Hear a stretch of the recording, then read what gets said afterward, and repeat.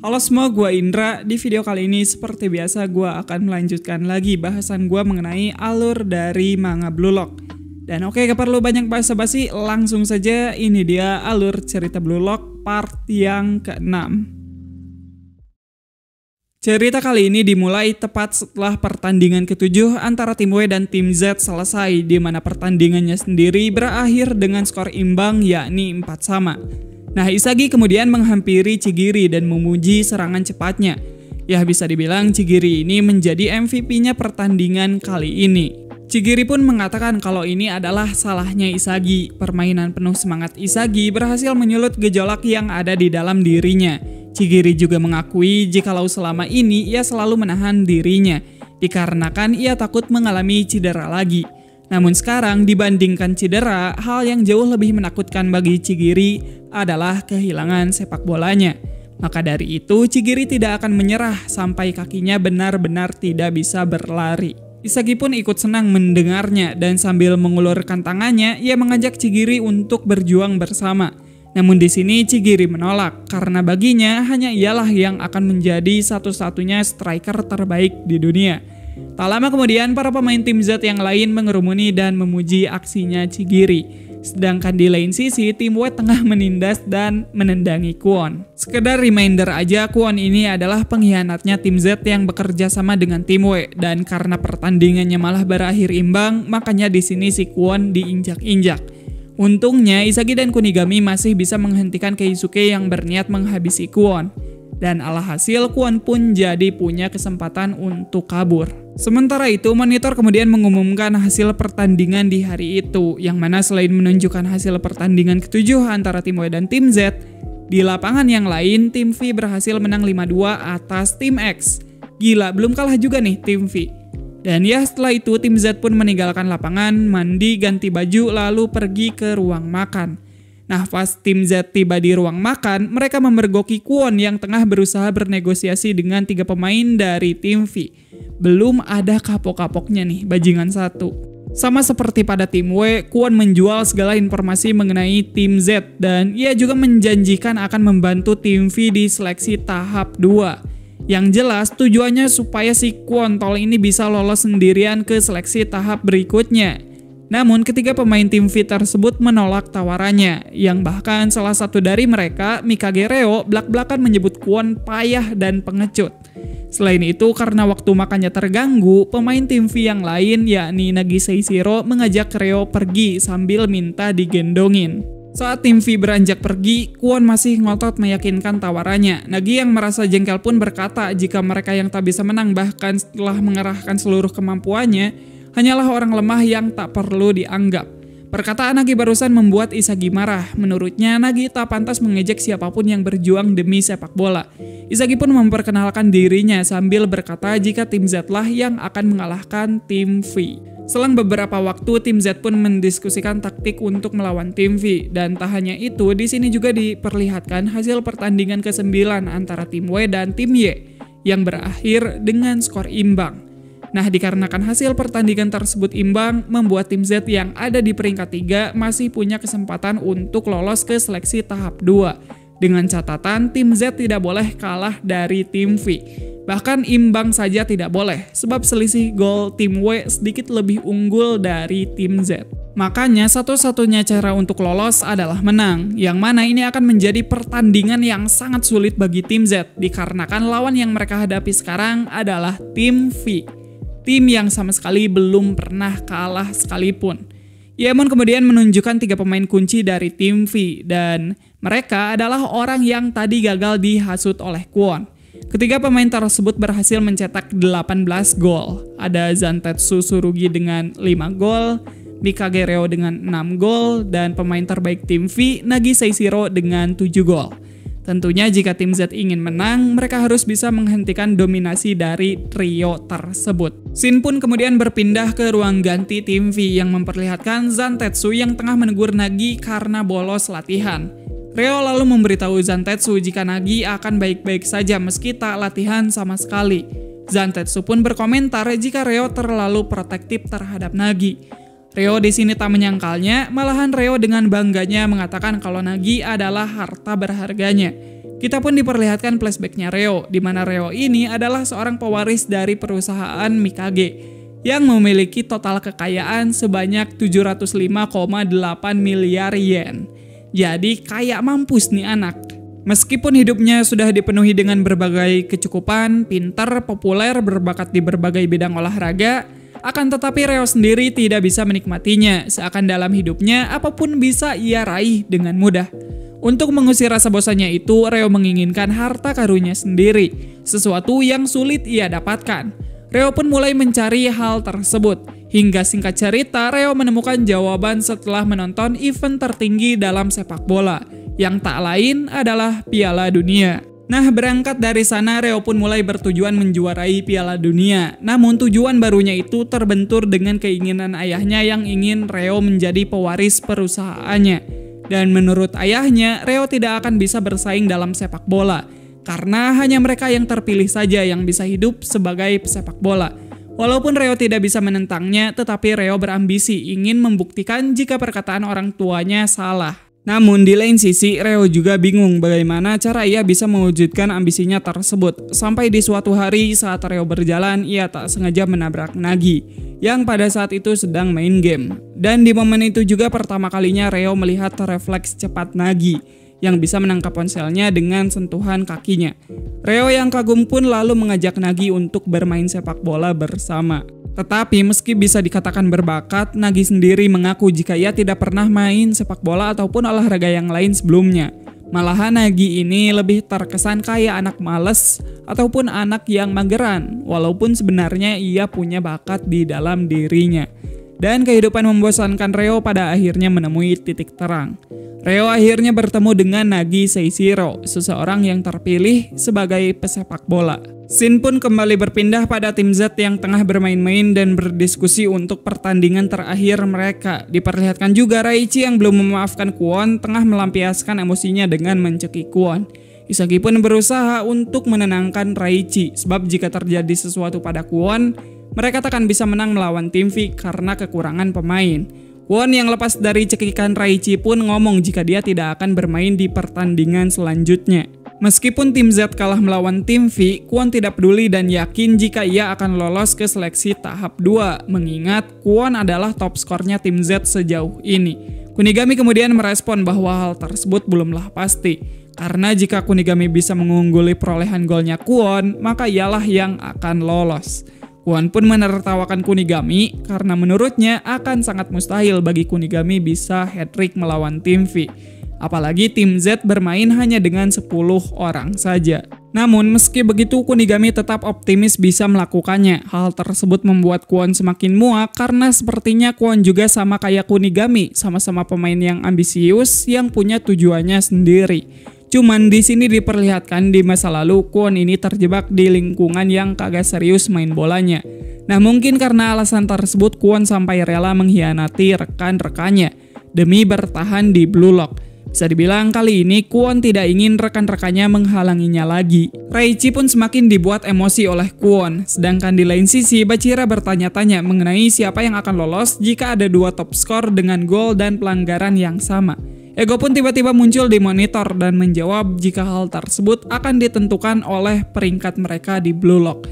Ego pun menunjukkan daftar peringkat pemain tim Z sejauh ini dan di posisi pertama ada si Kwon, disusul oleh Chigiri dan Isagi di peringkat 2 dan 3, dan sisanya ya lihat aja lah sendiri. Meskipun Raichi di sini memprotes peringkatnya si Kwon, balik lagi peringkat di seleksi tahap 1 ini didasarkan pada perolehan gol. Jadi terlepas dari aturan yang sudah ditetapkan, hal lainnya tidak dihitung. Namun Ego sendiri menganggap Kwon sebagai seorang striker sampah yang paling busuk di fasilitas Blue Lock. Selain membahas peringkat pemain, Ego juga membahas performa permainan tim Z. Yang mana menurut Ego alasan tim Z masih bisa bertahan semata-mata berkat kebetulan saja. Nah untuk itu Ego pun memberitahu apa yang mereka butuhkan sekarang adalah kemampuan mengulang gol. Ataupun di sini Ego menyebutnya formula untuk mencetak gol. Karena penjelasan Ego cukup berbelit-belit, jadi gua ambil poin pentingnya aja ya. Intinya, Ego ingin para pemain bisa memahami faktor dan komponen penting di balik gol yang mereka cetak. sehingga mereka bisa meraih kemenangan secara logis dan tidak hanya mengandalkan keberuntungan semata. Ego pun menghilang dari monitor dan tim Z punya waktu kurang dari 1 hari untuk mempersiapkan pertandingan mereka yang selanjutnya. Setelah mendengar penjelasan dari Ego barusan, Isagi semakin dibuat ragu dengan senjatanya. Ia pun tiba-tiba berlari keluar menuju ke tempat latihan tim X. Dan di sana ada Baro, sang top skor strata 5 dengan perolehan 10 gol. Isagi pun meminta saran dari Baro supaya ia juga bisa mencetak gol banyak sepertinya. Meski awalnya Baro menolak dan bahkan malah menendang muka Isagi, tetapi karena Isagi tetap bersikeras memaksa dan agak menjilat juga, Baro pun sedikit luluh dan kemudian ia mengejak Isagi untuk buy one. Dikarenakan tiba-tiba, Isagi pun terkejut dan tak bisa berkutik. Sehingga sebelum Isagi dapat merespon, Baro dengan leluasa menendang bola ke dalam gawang. Isagi yang kagum menyaksikan jarak dan akurasi tendangan Baro meminta Baro sekali lagi melakukannya. Meskipun Baro terkesan merendahkan Isagi, tetapi ia tetap mau meladeninya. Kali ini Isagi berniat melakukan pressing ketat untuk menahan Baro. Namun dengan fisiknya yang jauh lebih unggul dan juga tipuannya, Baro berhasil lolos dengan mudah. Dan yap, sekali lagi Baro berhasil mendaratkan bola ke gawang. Isagi pun sekarang mulai memahami formula yang digunakan Baro untuk mencetak gol. Dan sekali lagi Isagi menantang Baro. Menurut pemahaman Isagi, Baro memiliki jarak tembak sejauh 23 meter, area menendang sekitar 40-45 derajat di depan gawang, dan juga selalu mengincar pojok kanan gawang. Saat Baro berada di areanya tersebut, maka peluang mencetak gol Baro juga meningkat. Oleh karena itu, Isagi berencana menutup area tersebut. Namun di sanalah Isagi keliru. Ternyata jarak tembak Baro bukanlah 23 meter, melainkan 27 meter. Dan untuk yang terakhir kalinya, Baro berhasil mendaratkan bola ke gawang. Isagi pun kembali dibuat takjub, dan ya setelah itu Isagi berterima kasih pada Baro, meski Baronya sendiri kagak terlalu meduliin, dan main pergi aja dia mah. Beberapa saat kemudian, saat para pemain tim Z tertidur, Isagi masih memikirkan soal formula mencetak gol. Di sini Isagi mengibaratkannya dengan A kali B sama dengan C, ataupun senjata kuat dikalikan konteks di mana dia harus menggunakan senjatanya, yang hasilnya adalah gol pastinya. Sebagai contoh, dalam kasus Baro, ia bisa mencetak gol melalui tendangan kuat yang dikombinasikan dengan jarak tembak maksimal 27 meter. Nah, sedangkan senjata Isagi sendiri, yakni Special Awareness, cenderung mengarah pada komponen B. Sehingga di sini Isagi masih kebingungan dan belum menemukan formulanya. Tak lama tangan Isagi diperlihatkan gemetar, sebab pertandingan selanjutnya akan menentukan nasib sepak bolanya. Di hari berikutnya, pertandingan terakhir seleksi tahap 1 antara tim V dan tim Z pun tiba. Sebelum pertandingan dimulai, kita terlebih dulu diberitahu strategi apa yang akan digunakan oleh tim Z. Karena di sini Kwon kagak ikut main, formasi yang akan digunakan oleh tim Z adalah 4-2-3 dengan Kunigami, Chigiri, dan Gagamaru sebagai lini penyerangnya. Alasan mereka dipilih ya karena mereka bertiga penyerang terbaiknya tim Z. Mengingat tim Z kini tengah berada di ujung tanduk, ditambah mereka juga bermain hanya dengan 10 orang saja, maka dari itu tim Z berencana untuk bermain bertahan dan cenderung akan lebih menekan penyerang musuh. Lalu saat kesempatan tiba, tim Z akan melakukan serangan balik melalui ketiga penyerang terbaik mereka. Setelah beres membahas strategi, tim Z pun pergi menuju lapangan, dan di sana sudah ada tim V yang tengah menunggu. Sedikit membahas soal formasi tim V, di sini mereka akan bermain 3-4-3, tentunya dengan Nagi, Reo, dan Zantetsu sebagai penyerang utama. Pertandingan pun dimulai dengan kick-off dari tim V. Awalnya pertandingan berjalan sesuai dengan prediksi tim Z, di mana mereka berhasil membaca sekaligus mengantisipasi pola serangannya tim V. Dimulai dari Isagi dan Bachira yang berhasil mematikan langkah Reo yang merupakan dribbler yang jago dan juga playmakernya tim V. Lalu saat Reo mengoper pada Zantetsu, Reichi dan Haruhaya sudah disiapkan khusus untuk menutupi jalur tendangannya Zantetsu. Mau tidak mau, Zantetsu pun mengoper ke arah Nagi. Namun lagi-lagi, Igaguri sudah disiapkan untuk memotong operan tersebut.